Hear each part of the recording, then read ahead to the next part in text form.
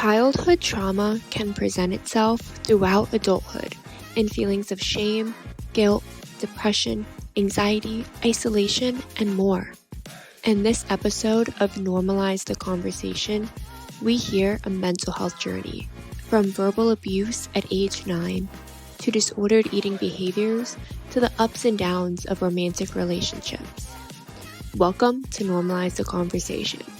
I'm your host, Francesca Reicherter, and today I'm joined by Jaclyn Tipton, a mental health advocate and program director for NAMI Tallahassee.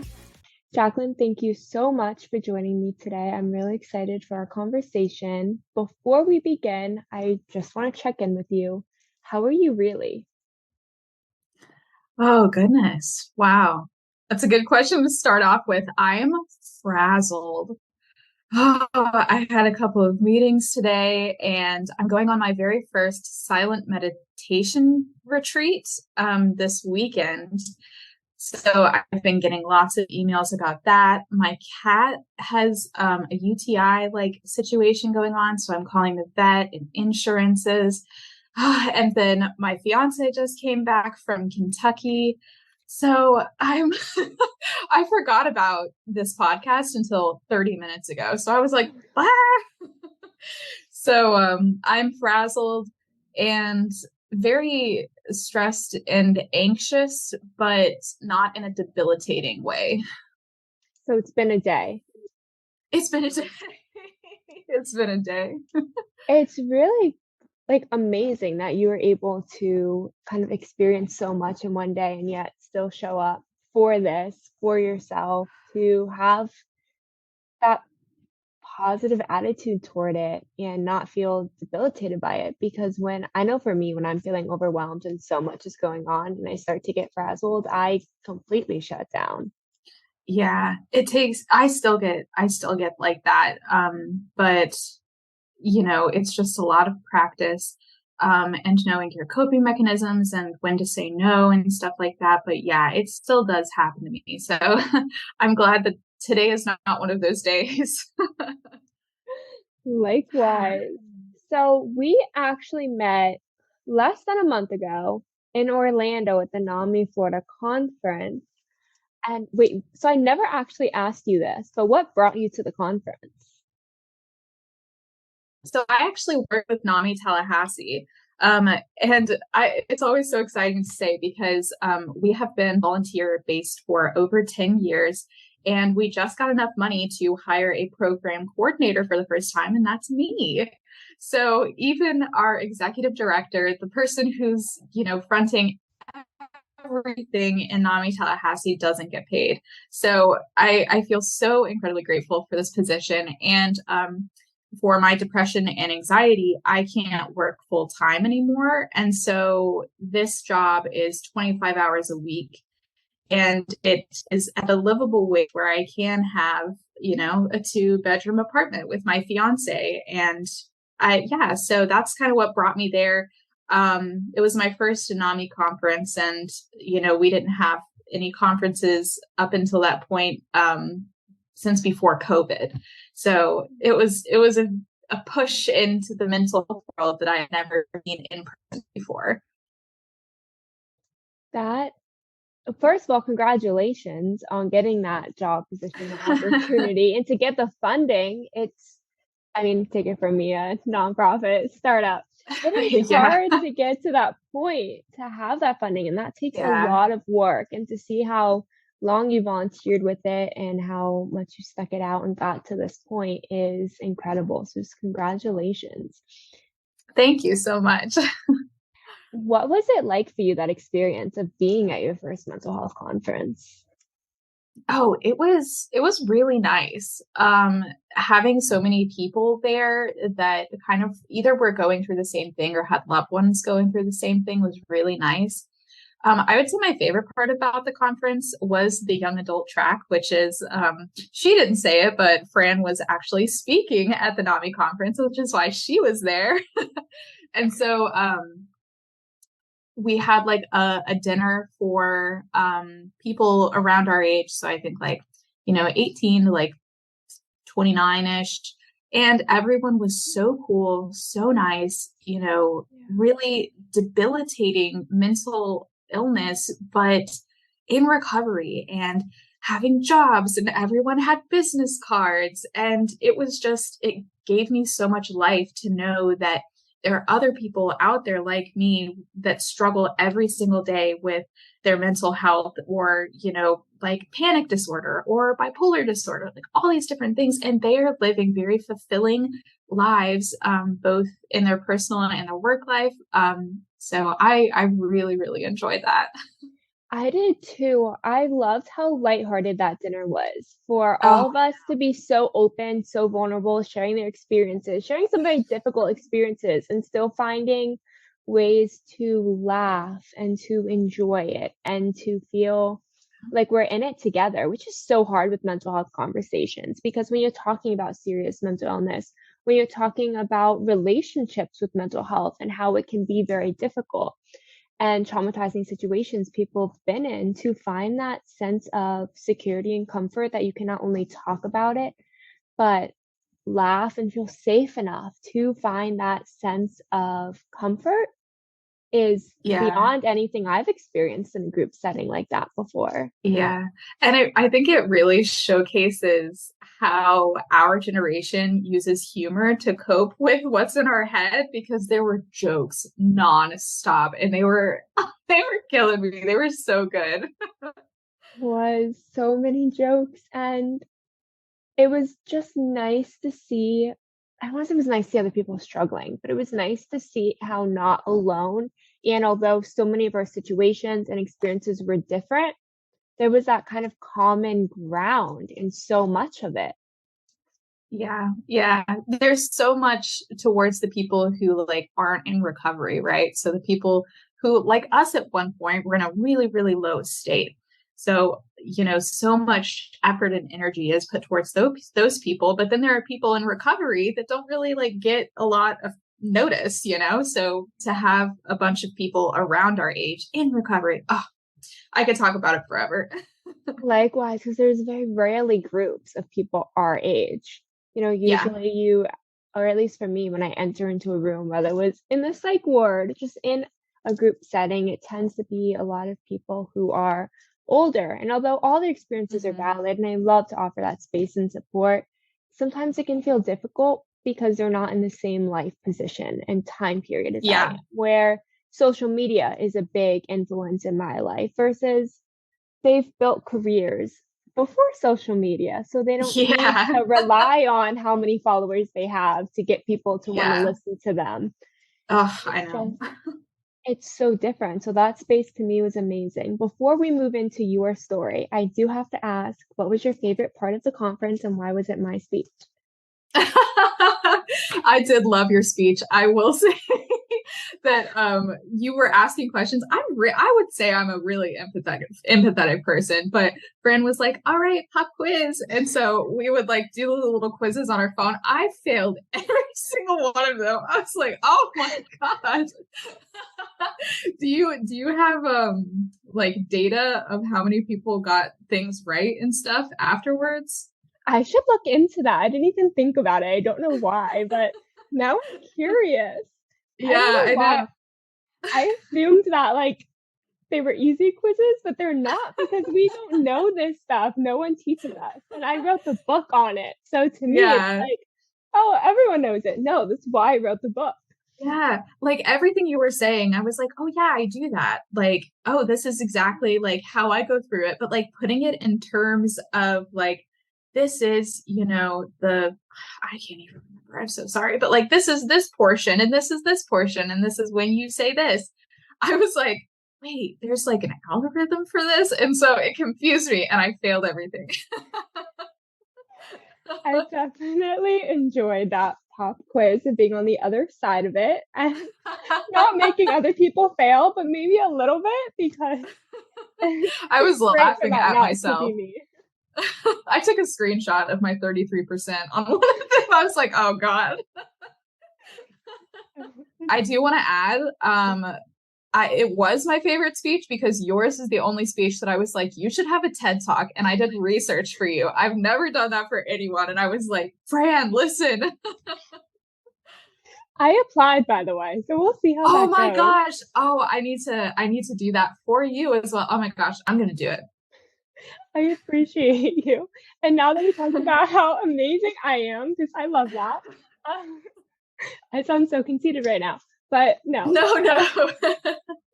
Now that we talked about me, let's talk about you. I mean, this is your episode. What's your mental health journey? Okay, I think I started noticing how anxious I was at around like 8 or 9 years old. And then, well, first off, I have generalized anxiety disorder and persistent depression with major episodes. Meaning that my depression won't go away. So it's always like kind of in a mild state. But then I can fall into a really deep pit sometimes, and it takes me a while to get out of it. So 9 was around the time my generalized anxiety started to form.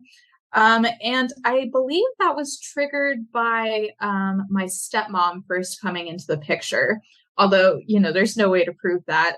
My mom is depressed and anxious as well. So it could be genetics at play. And then I really noticed my first major depressive episode when I was, 14. And I had started dating this guy, and I was like, oh my God, I'm so in love with him. He is like the one. I'm going to marry him, like all of that stuff. And then we were dating for maybe like 6 months. And then he FaceTimed me and he said, actually, I realized that I'm gay. So I was like, oh, great. So I cried and I cried and I cried. And I was like, this isn't normal to like cry every day for a year. So finally, I kind of like started getting out of that. And I went into a charter school where you get like your AA and your high school diploma at the same time. So it was really rigorous. And they said that like the people who worked there were like, 10th grade is boot camp. So be prepared. And it was really, really hard. And so in 10th grade is when I got put on my first, like medication. But the doctor was like, oh yeah, it's just situational. So here's birth control because you're just hormonal. I was like, okay. So I went on birth control, and then I found out that not super like at the same time, but that was the first time that I realized that I was really sensitive to medication.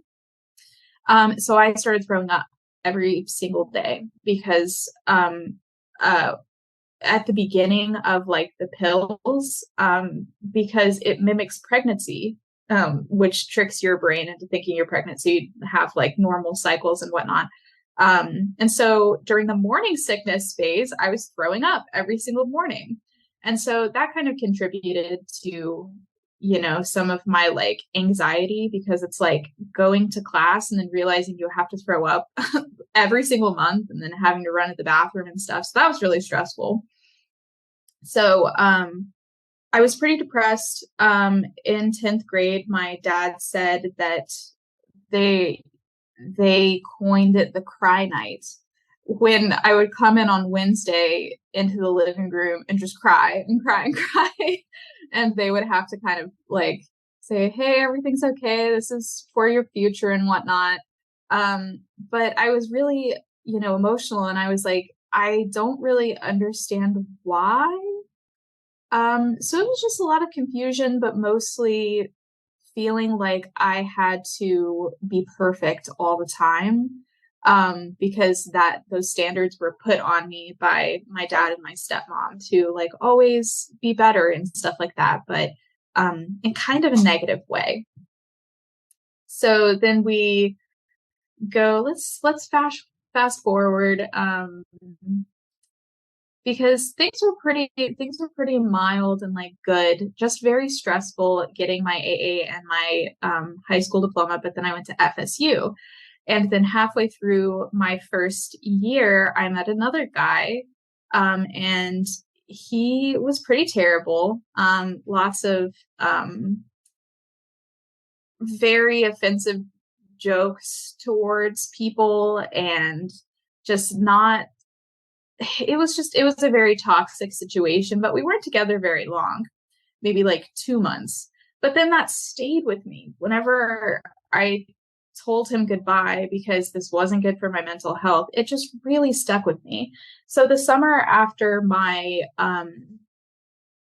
first year at FSU, I told my dad, hey, I think I need therapy.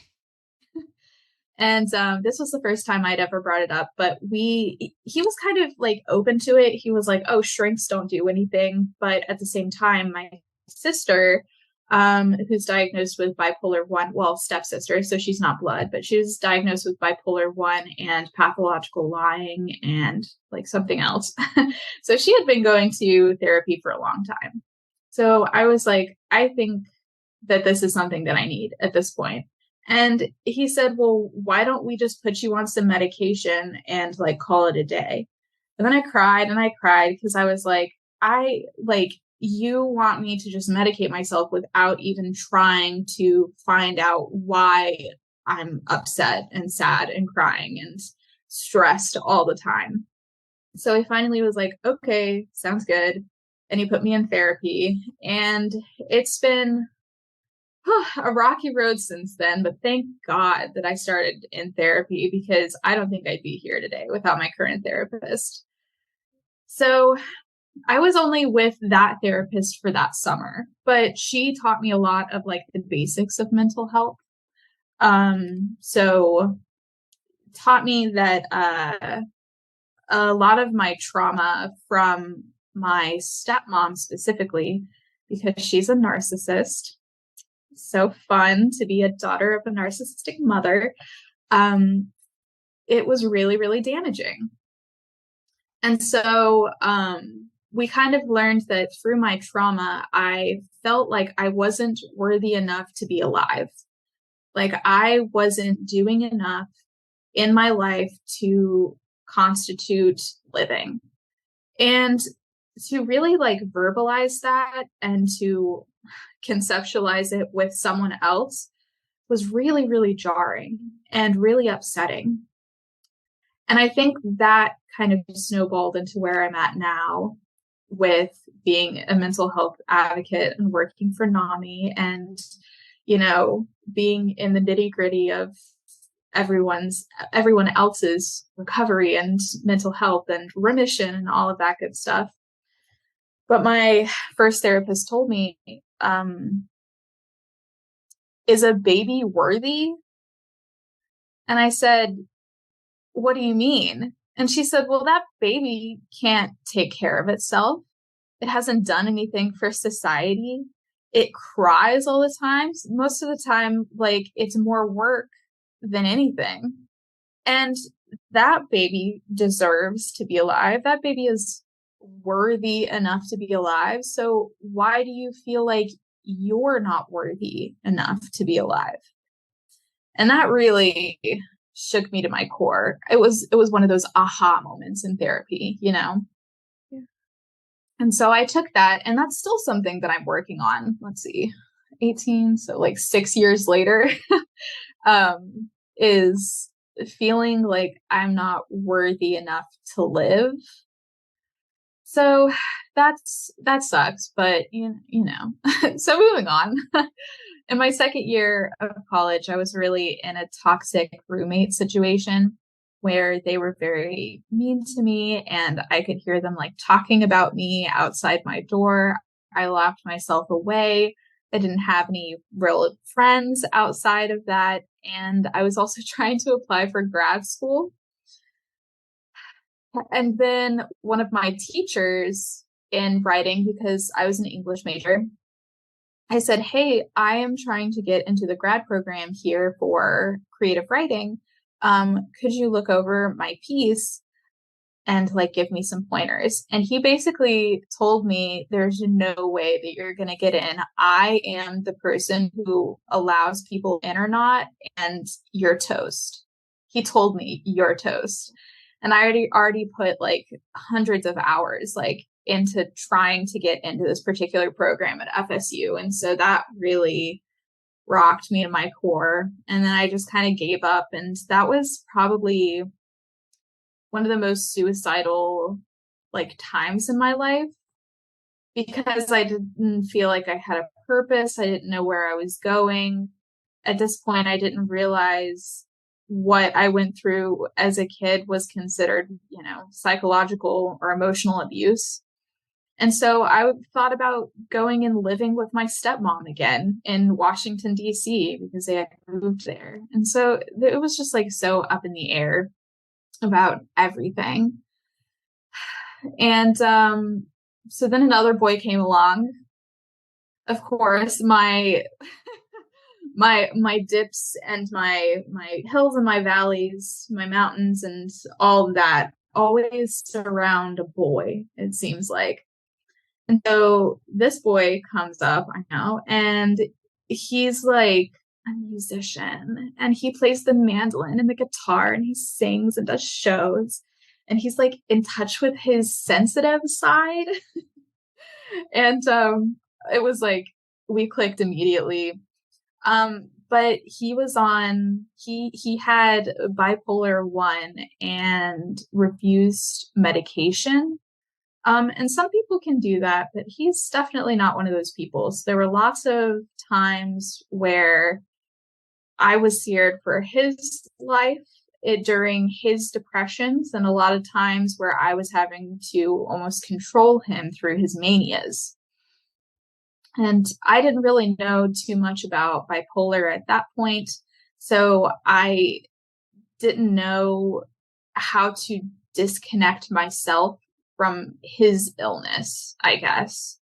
So it made my depression way worse, because just compounding depression on depression is really dangerous. And so we'd both get to this really, really low point. But with this relationship, it was the first relationship since my first relationship with the guy who was like, hey, I'm gay, that I was like, this is the one. And so I was very, very devastated whenever he left, because I had enmeshed myself with him, meaning that I didn't have autonomy anymore. Like, I was just the relationship. We're just going to call him Jake. I was Jaclyn and Jake. There was no Jaclyn. And so when he left, I felt like a part of me had left, and I didn't know who I was, because I went into that relationship in a severe depression, and the relationship lifted me up a little bit. And so when he was gone, I was just back to square one of, I am unworthy, I'm unlovable, everyone leaves me that I love. And so at this time, I was already with my current therapist, Angela. Shout out to Angela. She's the fucking bomb. I've been with her, goodness, maybe like 4.5 years now. And she has gotten me through everything. I forgot another boy abandoned me. And it was very sad. And I was like, oh, no one loves me. But, just boy after boy. And so after this last boy, Jake, I was like, all right, I really got to figure out why I have this boy dumps me, so I want to die. Like, mental, I don't know, like track. Like, I couldn't get off the rails. The train was just plowing through, and I had no control over it. So at this point, I was doing a lot of journaling. I started Jacko Loves You, which is just like my little Instagram that tries for advocacy and shares my experience. I walked everyone through every single part of my breakup, and I was like, today I'm feeling better, but I thought of him and I accidentally stalked his Instagram. Like, I was really putting myself out there, and it was very healing in the sense that this is the first time I ever talked about anything mental health related. So I ended up doing that, and it was very empowering to me. And I realized how important mental health is, and I saw myself healing. And I was like, this is possible for everyone. It's not, no one's gatekeeping healing, I was like, oh, okay. During that time, I started my first antidepressant, which I never was against medication. I was just like, I want to see if I can work this out without medication before going on it. And I know that doesn't work with everyone. Like a lot of people with schizophrenia need to be on medication to not have delusions and hallucinations and stuff. But for my depression, I was like, let's see if I can manage this first. So I wasn't managing. That breakup was so bad.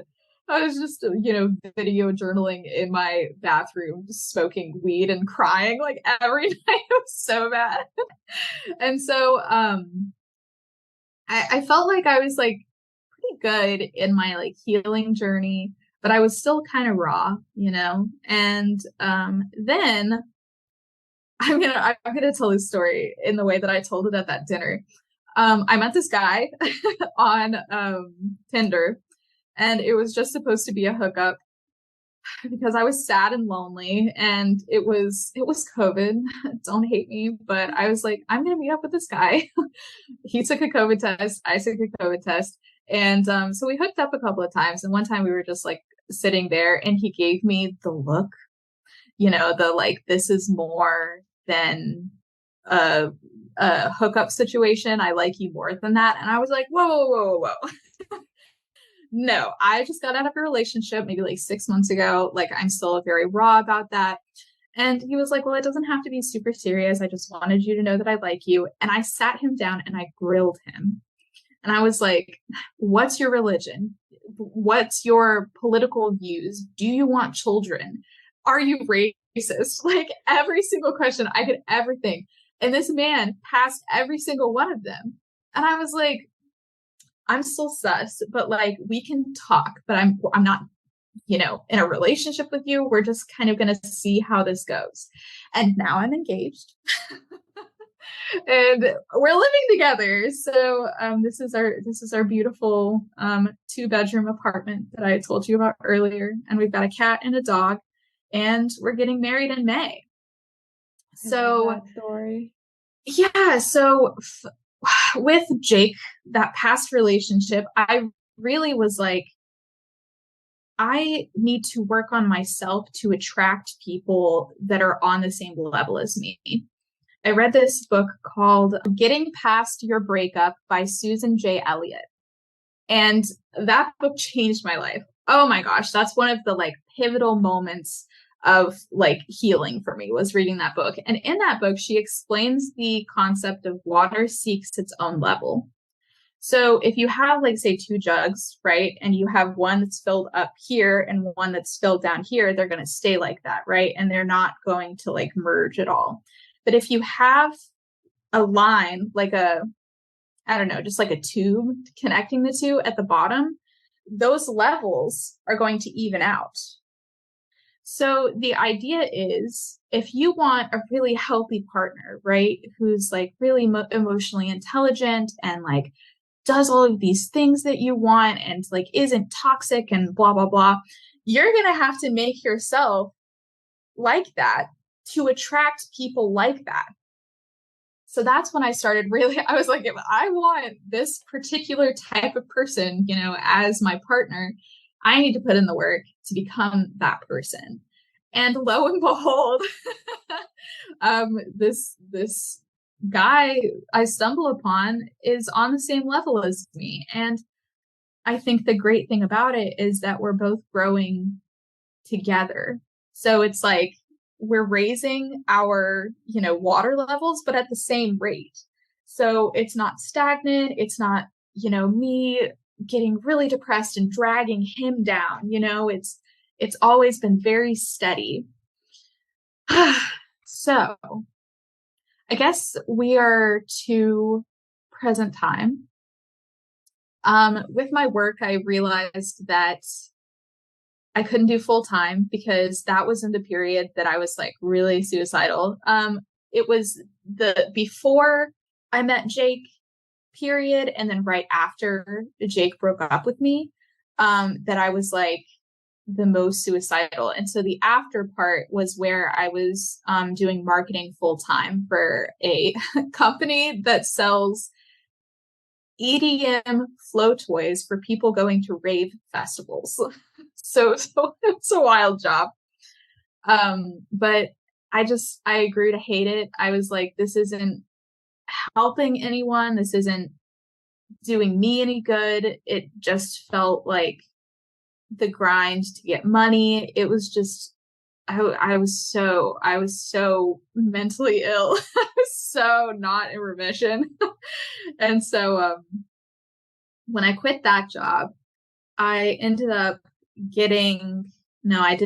but I created Jacko Loves You as like a brand. And I started selling t-shirts and things like that.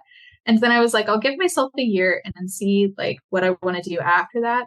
Oh my God, I hated it. So it's like, okay, never mind. I don't want to do this. But the shirts and stuff were cool. I really liked doing that sort of thing, but it was just too stressful to have my, I don't know, like my motivation intrinsically tied to my income.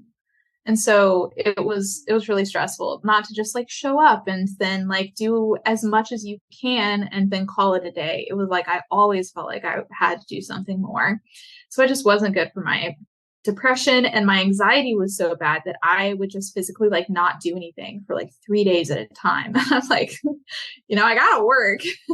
So at this point I had been volunteering with NAMI, which is the National Alliance on Mental Illness, for about a year and a half. And the executive director, who is my current boss, came to me and she was like, we have a, basically like a stipend, to give to someone to do rural outreach, around the counties of Leon, which is, where Tallahassee is. And so I did that, and that was for 2 months. And after that, the program coordinator position was put up, maybe like 5 months. And within that time, I decided I wanted to try to be a peer specialist, which is in like inpatient, outpatient settings for mental health. There is always a peer there, meaning there's someone with mental health conditions who is in remission, who is recovered, who like talks people through what they're going through in inpatient and outpatient. And so I did that and I liked it, but I realized that it was draining me a lot, that every conversation I had with someone was like taking a little bit away from me. And I can do that, but not every single day. And at that point, I kind of wanted to be a therapist. And I was like, okay, well, now I know that I would just be expending so much of my energy doing that. And then Nancy offered me this job. And it has been so lovely because I can help people in such a direct way with mental health, which is what I'm passionate about. And I can still protect that energy, so I'm not coming home at the end of the day completely exhausted, not able to do anything. I still am doing my hobbies and, hanging out with friends and like making sure my mental health is, as intact as it can be, while also advocating for what I think is one of the most important things that we can have in our life, mental health. So whew, that was quite a monologue. Questions? Did I miss anything? Jaclyn, I heard bits and pieces of your story at that dinner, but I had never heard the whole thing. The ups and the downs and just kind of constant for so long to get to where you are right now. I am blown away by you. I mean, I want to break down all of it. So we're going to dive in deeper. Yeah, let's do it. Oh, talking about my story is one of my favorite things. I'm like, hey, I was sad and now I'm not as sad. Isn't that cool? Same. I love it. I love, like, my favorite part of therapy is that I get to talk about myself for an hour, and it's all about me and what I'm going through. It's There's this quote in Desperate Housewives. Gabby says, that therapy is like a talk show all about her, just an hour talk show, and I love it. So that's how I see therapy. Yeah. I love getting to talk and share my story. But back to you. So you said you recognized these signs of anxiety as early as 8, 9 years old. What was that like? Break that down a little further.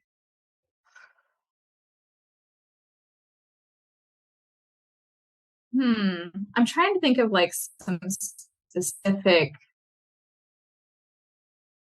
So they would be like little things. So at this point, my parents got divorced when I was 6, and then my stepmom came into the picture when I was 9.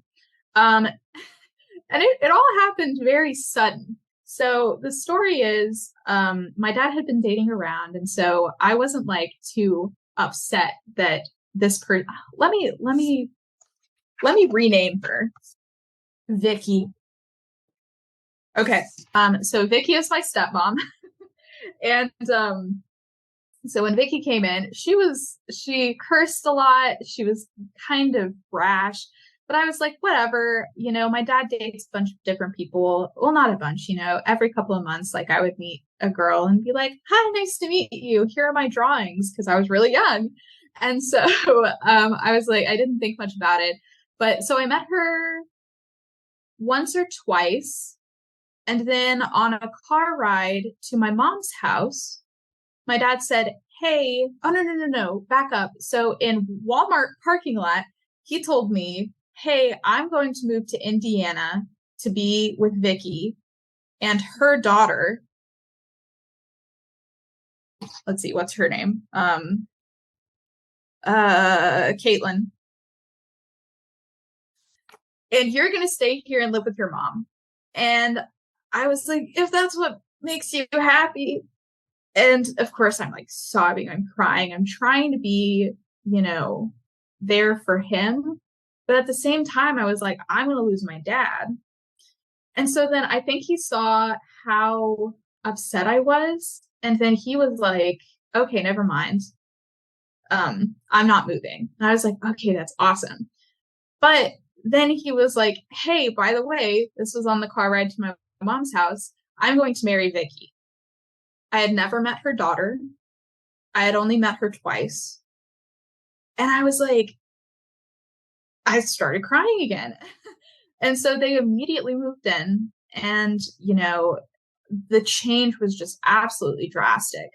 Caitlin had, these issues of pathological lying, and she had a lot of outbursts, and she was ill behaved, but I don't think like all of it was her fault. I feel like how she was raised and stuff just wasn't very loving.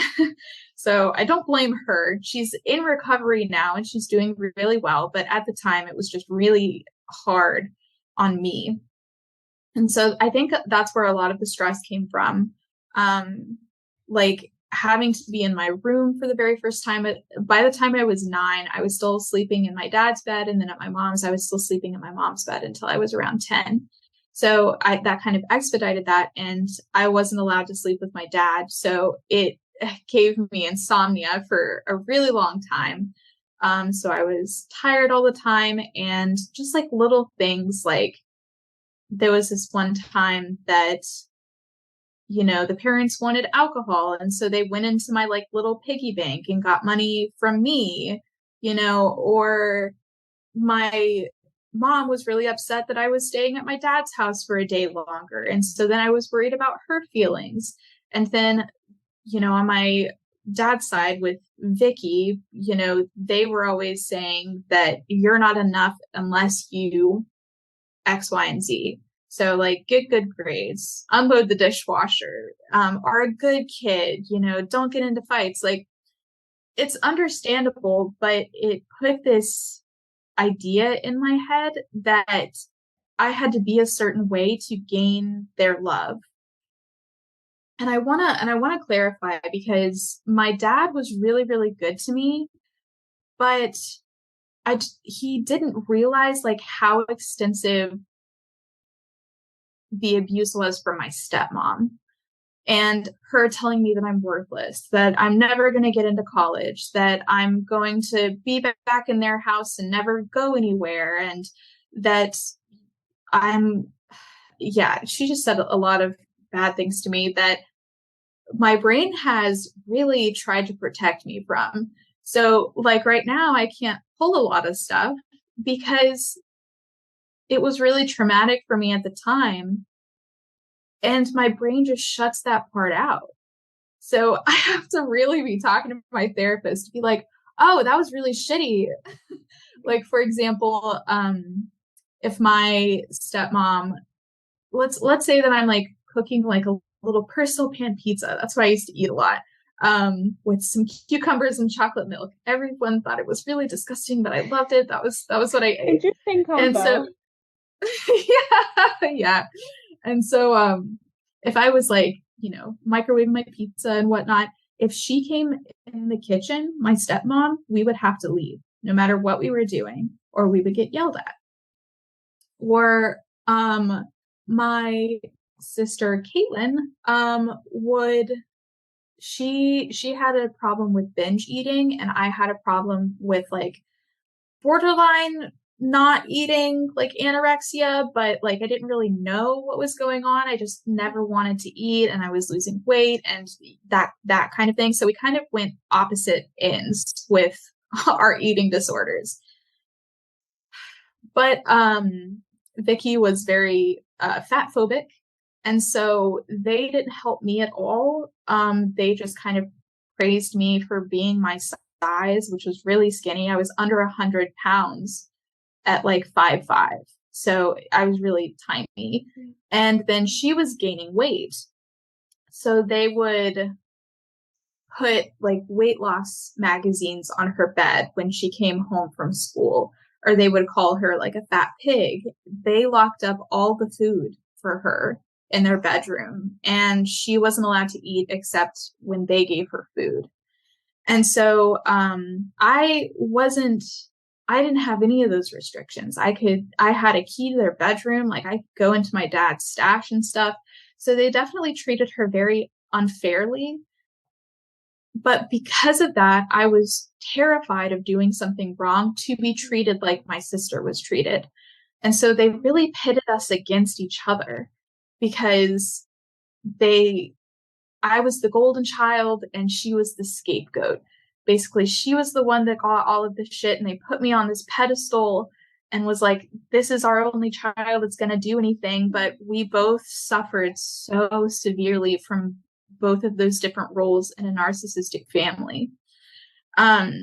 So of course, there's no way to really know for sure, but I feel in my heart very positive that all of that going on with Vicky definitely is a major reason why I have difficulty with anxiety and depression today, because she's constantly in my head telling me I'm not good enough. So it was really hard, and I'm still working through that.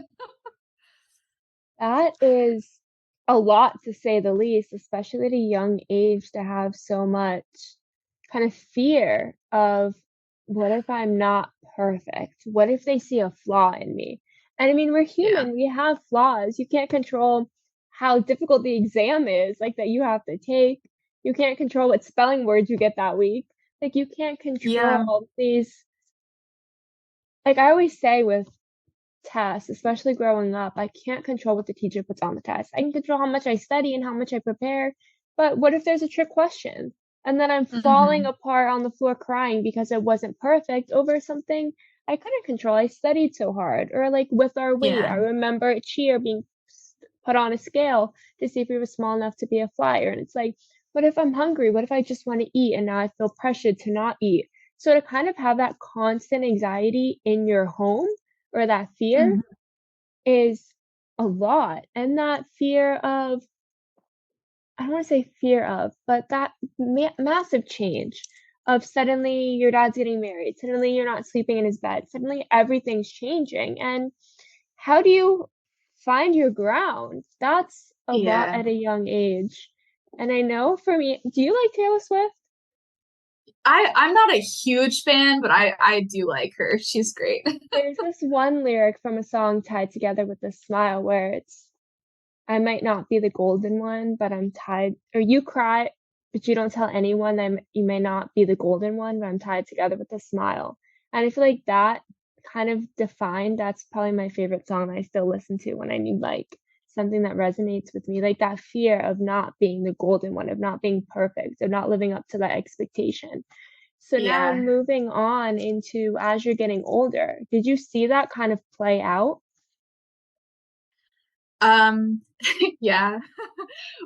So when I was in grade school, there was the gifted and talented program, and I tried so hard to get into that, and it was so heartbreaking to see some of my friends just not even try and be gifted and talented. And so I ended up getting in one year, and I was like, I did it. I'm a gifted kid, blah. But then, there's like this whole, I don't want to call it a resurgence, but a surgence, especially on TikTok and Instagram, about the gifted burnout kid. Do you know what I'm talking about? Yeah. Where it's like, I was gifted, I didn't really try in school, and now where am I? What do I have left? Like, I don't have like awards or grades to tell me how good I am, Like, especially with my jobs and my boyfriends. Because I always felt like I was not doing enough, or I wasn't enough for my job. So I always thought my boss was mad at me. And I always felt like the jobs that I was in were like not to the standard of what was expected of me from my dad, particularly, just because he wanted me to be stable. So that was really stressful. And then on the boyfriend end, I always felt like I wasn't enough. And I always was very clingy and very like, please don't leave me, because I felt so flawed. And so like, if I don't feel like I'm worthy enough to be alive, like how could I feel worthy enough for a romantic relationship, for someone to love me deeply if I don't love myself? So that sort of thing. And I feel like I have to touch on this a little bit, but so my big childhood traumas are lots of shame, lots of feeling like I'm not good enough, or like worthlessness, but then also abandonment. And this one's kind of recent, maybe within a year that I figured this out. But I was talking to my therapist, and I was like, but my dad didn't leave. I don't have any abandonment. And she said, yes, whenever he married Vicky, and she did all of these horrible things to me, and he just stood by and, didn't do anything about it, that was a form of abandonment. And so then I was looking to fill that void with men, with other people. And then I would, and that person would be like, fill that void, and I would feel full and together and have hope. But then when they left, it triggered that abandonment trauma. And so that's why all of these breakups were so hard for me. And that's why in my current relationship, I'm still subconsciously very worried that he's going to leave me. And he knows all of this. And he's like, I put a ring on it. Like, I'm not leaving. But I'm like, no, it could still happen. But we're having to work through that as a couple, of like trusting and just knowing that he's going to be there for me, and like, we're going to work through this together and stuff like that. So, it definitely was it's very hard. And I feel like when you're developing as a child, like these things impact so much that you carry them your whole life. And I'm still carrying my traumas, and it seems like a lot of my anxiety and my depression is tied to those.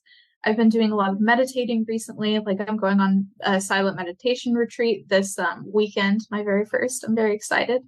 And I'm kind of realizing like, okay, well, why am I anxious about this?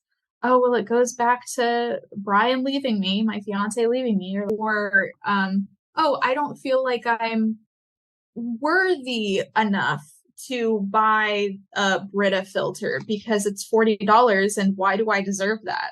Like, it's just like the weirdest stuff that it comes out in. Like the other day, this is a little bit of a lengthy story, but I think it is just so perfectly encompasses my mental illness and like how frustrating and dumb it can be sometimes. And I use dumb lovingly, but also in a frustrated way. So it was right after the NAMI conference. So I get back, and so Brian and I do this thing where I'll be like, hey, surprise, I put up pictures like in the living room. And he's like, oh, it looks great. Like, and then we get excited. And so he did that for me. He was like, hey, I put together our bed frame. And I was like, yeah, this is awesome. And so we're like looking at the bed, and I'm like, oh, we have so much room. We're both really excited about it. We're laying down. We're like having a good time. So like 4 hours, 5 hours later, we go to sleep. And I look down at the bed and I'm like, panic, just washed over. And I was like, I can't sleep here. And then immediately I'm like, why can't I sleep here? That's really odd. And then I went into this spiral of like, okay, well, what am I going to do? Because at this point, like, I was like, I would rather sleep on the floor in the living room than sleep on this bed. But I couldn't figure out why. And so I was like, Jaclyn, just sleep in the bed. Too, I can't do it. And so it spiraled and spiraled until I had a panic attack. And then I took panic attack medicine. And then I had another panic attack. So I had to take more panic attack medicine. And so finally, Brian and I were like, okay, well, it's late. Why don't we just take the bed frame and put it in the living room and sleep on the floor like we have been, because we just moved. So we didn't have a bed frame for like a month and a half, 2 months. So we just put the bed back on the floor. And so then I fell asleep. The next day I was like, hey, that was really weird. Let's talk about it. And he was like, yeah, sure. We talked about it for maybe 45 seconds. Have another panic attack. And I was like, what is this? So luckily I had an Angela appointment is what I call it, my therapy appointment. And so we're kind of walking through it. And finally I realized, I was like, is it because we didn't put the bed together? And she was like, that's it. I was like, that makes no sense. And she was like, actually it does, because, excuse me, you're a story person. You want to create memories with your partner. And that's how you kind of like traverse life. But him doing it without you kind of makes you feel like, well, what if he does other stuff without me? Which triggers, drumroll please, my abandonment trauma. And so it triggered my depression and anxiety so incredibly much that I ended up having panic attacks and all those things, but it all tied back to my childhood trauma. And then whenever I got to the root of that, I was like, okay, I'm good. And so it took us 2 weeks. We ended up moving the bed on the ground over a couple feet because that's where we wanted the bed to be when it was on the post. And then I slept like that for a couple nights and I was like, I hate this. And then I was like, okay, it's not that bad. And then we put it on the bed frame, and then I didn't like it a couple nights, but now I'm fine with it. So it's just like, you, as someone who like, you know, has depression and anxiety, it takes some extra steps, you know? Being self-aware to figure out what those extra steps are and to recognize the childhood trauma and having that therapist to support you through it is so important, because childhood trauma plays out over and over again until we work through it. And it takes so much to work through it. A lot of people have this misconception that you're just gonna like recognize what it is and be like, fixed it, done. No, it's gonna take a long time, and that's okay. And it may not present itself in the same way for a while, and you might think, oh, I did move past it, and then something happens that triggers it, and that's okay too. Childhood trauma can like really stay with us, and a lot of people think that, oh, I know what it is, therefore I can fix it, but it just takes so much time to do that. Yes, so much time, and it's okay if it takes you decades. If it takes like, if it's a lifelong thing, if it's something that you do figure out a way to heal and move through, earlier on, that all of it's okay and everyone's experience is valid through that. We are running out of time, but to wrap up, what is one piece of advice you'd like to share to someone else who's maybe struggling or in the beginning of that recovery journey? No one is going to heal you except you. You have to make the decision to better your life and your mental health, because it has to come from within you. So let's say you're going to therapy. You have to do your homework. You have to really understand and listen to what your therapist is telling you. You have to read self-help books and then put those things into practice. You have to be conscious and understanding and patient with yourself, but no one else is going to do that for you. You have to be the one to you're in the front, you're the person who has the big sign in the front of a parade, like all of the support, all of the help, you have to seek it out. It doesn't just happen to you. You have to be the one to grab the reins. Thank you so much for listening to Normalize the Conversation. Don't forget to subscribe, rate, and review. This podcast is an initiative of Inspiring My Generation, focusing on normalizing the conversation, bringing education and awareness to the forefront, and amplifying global voices to spark change and hope. Inspiring My Generation is a 501c3 nonprofit organization on a mission towards suicide prevention through awareness, conversation, education, and support. Connect with us on Instagram at Inspiring My Generation and visit our website inspiringmygeneration.org to learn more about our work and how you can make a difference.